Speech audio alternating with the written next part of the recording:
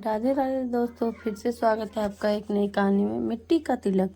यह एक शिक्षाप्रद कहानी है। गांव के उस छोटे से सूरज में सूरज की पहली किरणों के साथ ही राहुल की आंखें खुल जाती है और उसकी नींद टूटते ही वह सीधा अपने प्यारे दोस्त टोनी के पास जाता है। टोनी एक सुनहरे बालों वाला कुत्ता हमेशा बिस्तर के पास ही राहुल का इंतजार करता रहता था।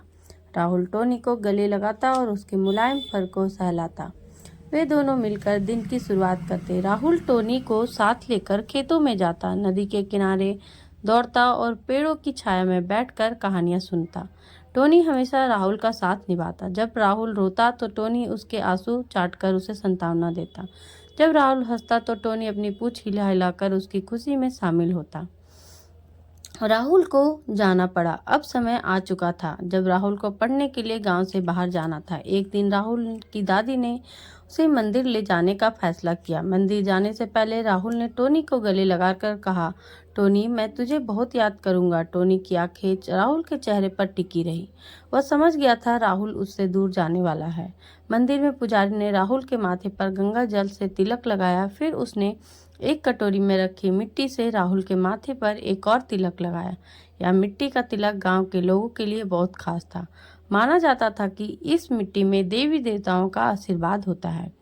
राहुल को यह तिलक बहुत पसंद आया। उसे लगा जैसे उसके माथे पर देवताओं का आशीर्वाद है। सच्चा प्रेम। राहुल घर लौटा और सीधा टोनी के पास गया। उन्हें टोनी को अपना तिलक दिखाया। टोनी ने राहुल के चेहरे को चाटा और अपनी पूंछ हिलाई। राहुल ने टोनी को बताया कि गांव के हर बच्चे की तरह अब उसे भी बाहर जाकर अच्छे स्कूल में पढ़ाई करनी होगी, तभी वह एक सफल व्यक्ति बन पाएगा।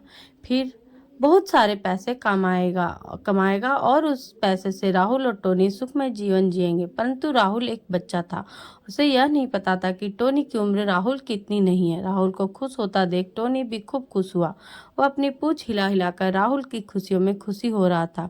सच में इसे ही सच्चा प्यार कहते हैं। आप जिससे प्रेम करते हैं, जब वह खुश होता है तो आप उसी बात से खुश हो जाते हैं। नहीं रहा टोनी। फिर एक दिन सुबह राहुल गांव से बाहर दूर शहर में पढ़ने चला गया। कई साल बीत गए लेकिन टोनी को कभी नहीं भूला। हर छुट्टी में वह गांव आता और राहुल टोनी के साथ खेलता। एक दिन राहुल को पता चला कि टोनी बीमार है। वह तुरंत गांव गया। टोनी बहुत कमजोर हो गया था। राहुल ने टोनी को गोद में उठा और उसे अपने सीने से लगा लिया। टोनी की आंखें धीरे धीरे बंद हो गई। राहुल टूट गया था। उसने टोनी को एक सुंदर से पेड़ के नीचे दफनाया। रात को राहुल उस पेड़ के नीचे बैठा और टोनी को याद किया। आकाश में चांद चमक रहा था और तारे टिमटिमा रहे थे। राहुल ने सोचा कि टोनी अब आसमान में एक तारे के रूप में चमक रहा है और वह हमेशा उसके साथ है। दोस्ती का पर सालों बाद राहुल एक सफल व्यक्ति बन गया। उसने शहर में एक बड़ा घर बना लिया।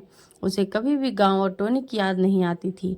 एक दिन उसे एक सपना आया। सपने में टोनी उसके पास आया और कहा, राहुल, तुम मुझे भूल गया है। राहुल जाग गया और रोने लगा। उसे एहसास हुआ कि वह कितना बदल गया था।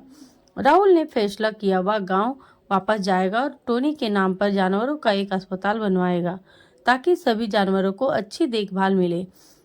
उसने सोचा कि यह टोनी को समर्पित सबसे अच्छा उपहार होगा। जब अस्पताल बन गया तब एक दिन वहां एक लावारिस कुत्ते का बच्चा आया जो बीमार था। वह राहुल के पैर के पास बिल्कुल वैसे बैठा रहता जैसा टोनी बैठता था। कुछ दिन बाद राहुल ने उसे पाल लिया और उसका नाम रखा टोनी। शिक्षा। दोस्ती जीवन का सबसे अनमोल तोहफा है। हर जीवित प्राणी प्यार और देखभाल का हकदार है। सफलता के पाने के बाद भी हमें अपने अतीत और दोस्तों को नहीं भूलना चाहिए। हमेशा दूसरों की मदद करने के लिए तैयार रहना चाहिए।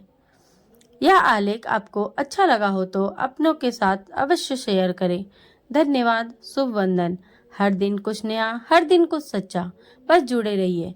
आपकी उम्मीद हमारी प्रेरणा। ये सभी कहानियाँ सोशल मीडिया से संभाल ली जाती है। यह चैनल एक प्रेरणा स्रोत है। इस चैनल में हर रोज धार्मिक, प्रेरणादायक कहानियाँ और आत्मविश्वास से जुड़ी कथा भेजी जाती है। कृपया चैनल को ग्रुप में डालें, ज्वाइन करें और अपने प्रियजनों को शेयर करें। प्रेरणादायक, शिक्षाप्रद, इमोशनल, पारिवारिक कहानियों के लिए हमारे चैनल को जरूर सब्सक्राइब करिए। धन्यवाद। मिलते हैं अगले कहानी में। आपको ये कहानी कैसी लगी, क्या अच्छी लगी, प्लीज जरूर कमेंट करके बताएं। जय श्री राम।